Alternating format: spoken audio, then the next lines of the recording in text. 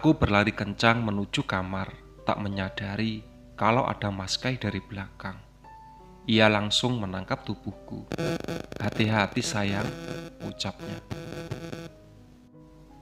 Spontan aku memeluknya dan menangis. "Ada apa sayang? Sampai berlari seperti itu?" tanyanya. Mas Kai mengangkat dahuku perlahan, lalu mengusap pipiku yang basah. "Kenapa menangis kamu?" Aku mengajaknya ke kamar, lalu menceritakan kejadian yang baru ku alami. "Kamu serius?"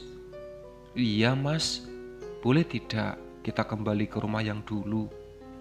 Selama hampir 2,5 tahun tinggal di kontrakan itu, aku tidak pernah mengalami hal mengerikan seperti ini." "Kamu jangan takut, nanti mas akan undang karyawan dan warga sekitar untuk pengajian di rumah. Maklum saja, rumah ini sudah kosong selama 3 tahun. Apa kita benar-benar tidak bisa pindah saja mas? Sayangku yang cantik, mas harus bilang apa sama orang kantor? Belum 1 hari sudah mau pindah. Kamu sabar dulu ya sayang. Insya Allah, setelah diadakan pengajian, semua gangguan itu tidak ada lagi. Termasuk perempuan yang kamu lihat tadi." Mas Kai beranjak, lalu berjalan keluar kamar. "Mau kemana mas?" tanyaku, ikut beranjak dari tempat tidur. "Ke kamar mandi." "Kamu mau ikut?" sautnya. Aku duduk di ujung tempat tidur, menunggu Mas Kai kembali. Selang beberapa menit kemudian, ia masuk ke kamar.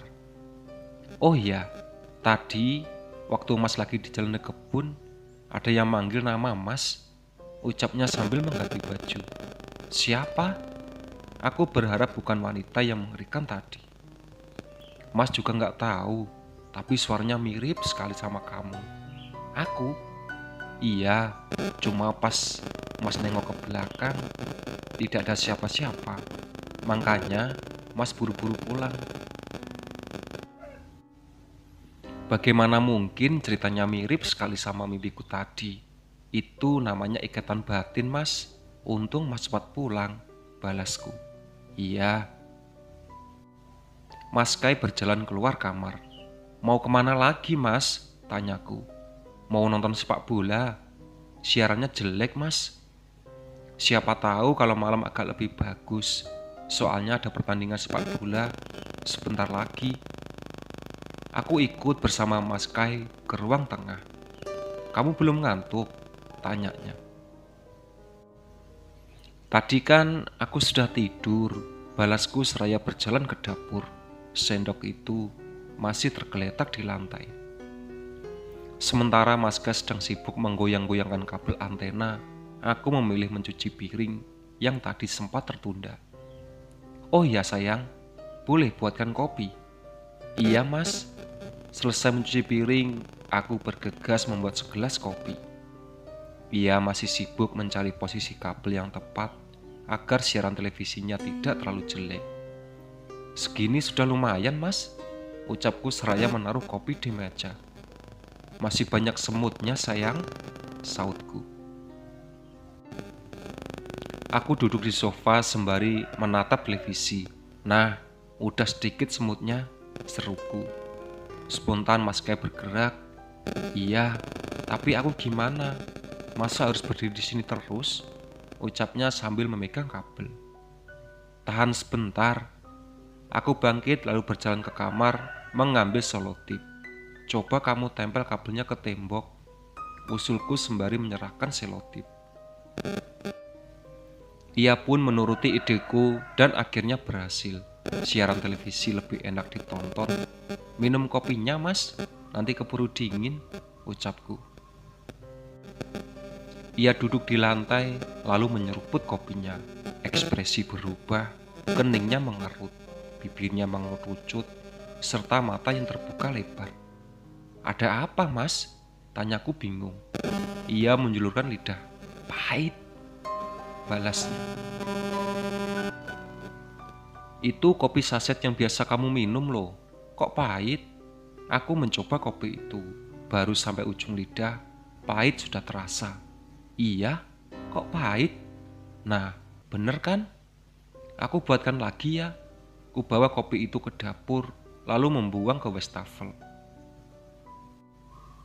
Sambil menunggu air mendidih, langsung kutuangkan ke dalam gelas. Sembari membaca doa, yakin sekali kalau rasa kopi itu berubah bukan sebuah kebetulan.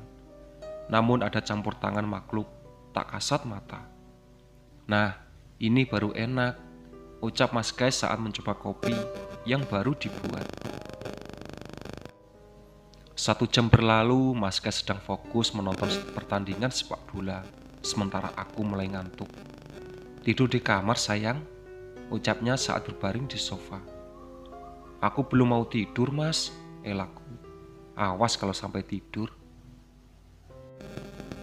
Mata ini mulai terasa lelah karena harus menatap layar televisi.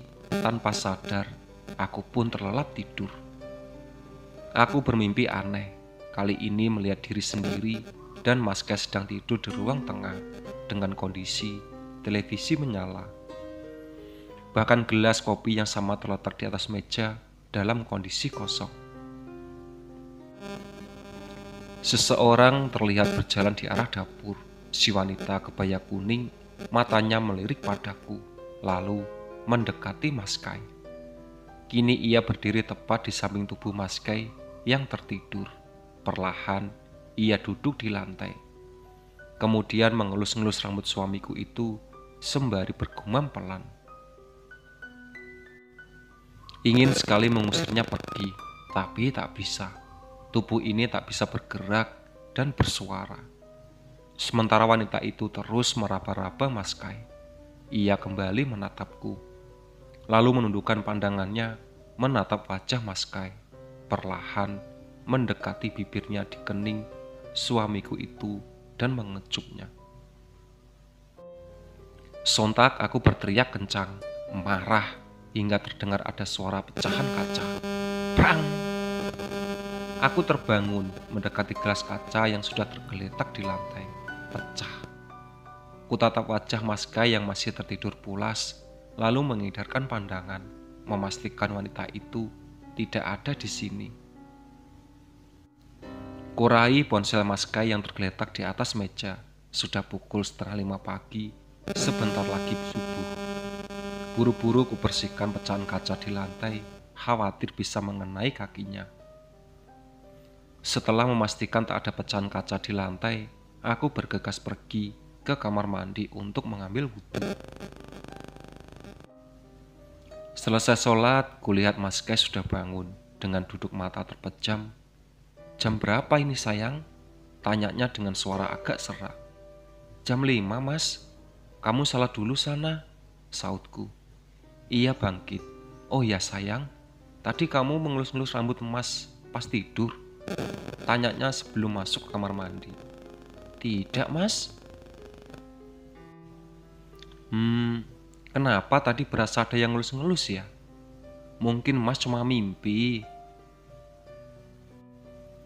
Iya juga. Ia masuk ke dalam kamar mandi, sementara hati ini semakin tak tenang. 2 kali sudah mimpiku seperti nyata. Itulah sahabat cerita dari Kuntilanak Kuning.